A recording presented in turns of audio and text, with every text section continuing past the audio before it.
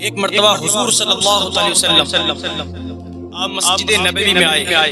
میرے آقا علیہ السلام کی طبیعت قلیل ہے اور حضور صلی اللہ علیہ وسلم کے وصال کے لمحات قریب ہے. پیارے آقا علیہ السلام مسجد نبوی میں آئے. آپ نے نماز پڑھائی. آپ نے اپنے تمام صحابہ کو اکٹھا کیا.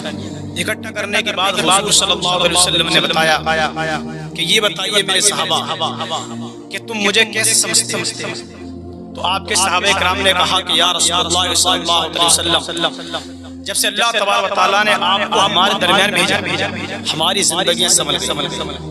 یا رسول اللہ صلی اللہ علیہ وسلم، آپ کے آنے سے پہلے ہم کچھ نہ تھے. حضور آپ نے اپنی نظر کرم ہمارے اوپر ڈالی تو اللہ تبارک و تعالیٰ کی بارگاہ میں ہمارا مرتبہ بہت افضل ہو.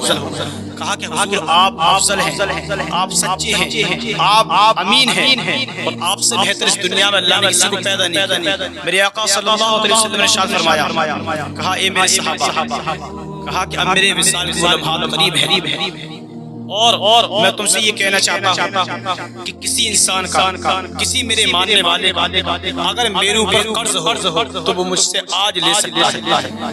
ایسا نہ ہو کل قیامت کے دن وہ مجھ سے اپنا قرض مانگ. حالانکہ میں قرض وہاں بھی عطا کر دوں گا، لیکن میں یہ چاہتا ہوں کہ جب میں اس دنیا سے الوداع کروں میں اس کا قرض ادا کر کے اس دنیا سے جاؤں. جب میرے آقا علیہ السلام کے کلمات کو صحابہ کرام نے سنا، صحابہ کرام کو رقت طاری ہو، تمام صحابہ خاموش ہیں. حضور نے دوسری بار کہا، اگر جس کسی کا میں نے دل دکھایا ہے، اگر جس کسی کا میرے اوپر قرض ہے کسی بھی طریقے کا، یا جس انسان کا میری وجہ سے دل ٹوٹا ہے، آج مجھے بتا سکتا ہے، میں آج اس کا حق ادا کر دوں گا. صحابہ کرام خاموش ہیں. تیسری مرتبہ جب میرے آقا علیہ السلام نے یہی جملہ دہرایا، یہی بات کہی کہ بتاؤ نہیں کون ہے وہ جس کا آج میرے اوپر کوئی حق ہے، آج میرے اوپر کوئی قرض ہے. حضرت عمر فاروق اعظم خاموش ہیں، حضرت ابو بکر صدیق خاموش ہیں، حضرت عثمان غنی اور حضرت علی رضی اللہ تعالی اور تمام صحابہ کرام سب خاموش ہیں. لیکن حضور نے جب تیسری مرتبہ یہ جملہ بولا کہ کس کا میرے اوپر قرض ہے آج مجھ سے لے سکتا ہے، تو ایک صحابی کھڑے ہوئے جن کا نام آکاشا. آپ کھڑے ہوتے ہیں اور بھری مجلس میں کہتے ہیں کہ یا رسول اللہ صلی اللہ علیہ وسلم، آپ کے اوپر ایک میرا قرض ہے. میرے مصطفیٰ نے فرمایا بتاؤ آکاشا تمہارا کیا قرض ہے میرے اوپر؟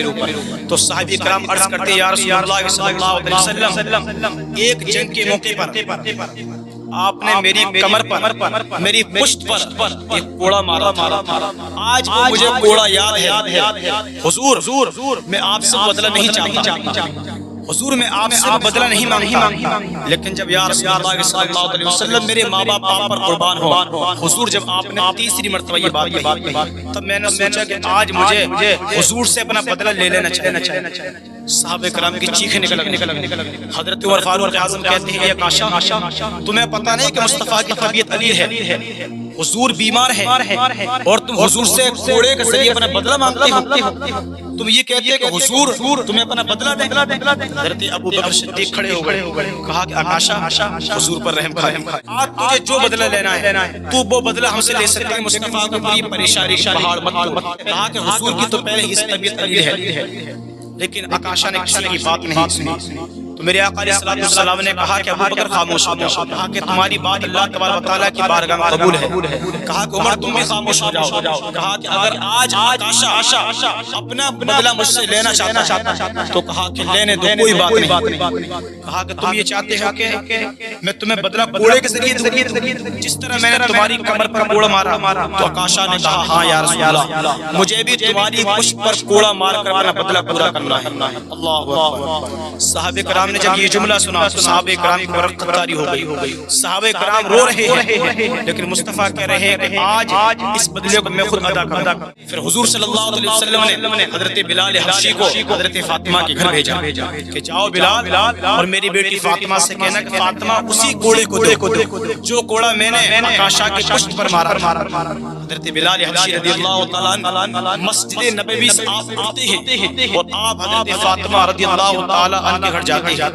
حضرت فاطمہ سے کہتے ہیں اے بنت رسول، حضور صلی اللہ علیہ وسلم نے کوڑا منگایا۔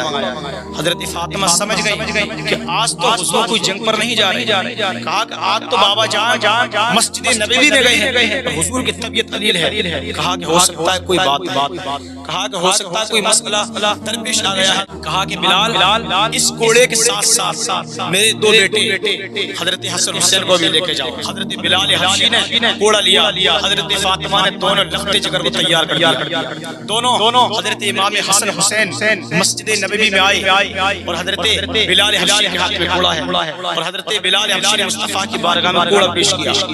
حضور صلی اللہ علیہ وسلم نے وہ کوڑا اٹھایا اور کہا کہ لو عکاشہ، آج تم مجھ سے اپنا بدلہ لے۔ حضرت عکاشہ رضی اللہ تعالیٰ نے وہ کوڑا ہاتھ میں لیا اور کہا کہ حضور جب آپ نے میری پشت پر وہ کوڑا مارا تھا اس وقت میری کمر کے اوپر کوئی کپڑا نہیں تھا، کہا کہ میں بھی یہ چاہتا ہوں کہ آج تم اپنے کرتے کو اوپر اٹھاؤ، کہا کہ میں بھی تم سے اسی طریقے سے بدلہ لینا چاہتا ہوں کہ جس طرح تم نے اس جنگ کے موقع پر میری کمر پر کوڑا مارا۔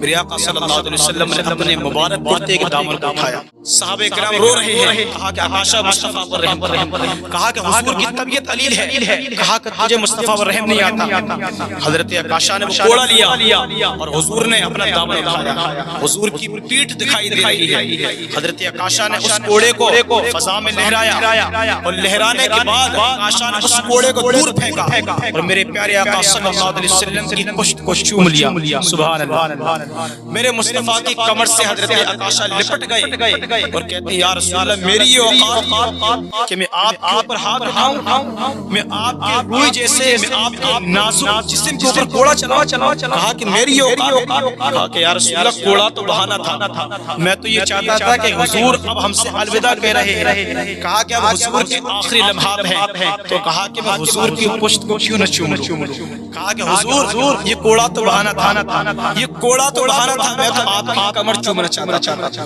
کہا کہ حضور میں نے آج آپ کی پشت کو چوم لیا، کہا کہ حضور کیا میری بخشش کا یہ ذریعہ نہیں ہے؟ میرے مصطفیٰ نے فرمایا عکاشہ اللہ تبارک و تعالیٰ نے تمہارے تمام گناہوں کو بخش دیا، اللہ تبارک و تعالیٰ تمہیں جنت الفردوس میں اعلیٰ سے اعلیٰ مقام دے گا۔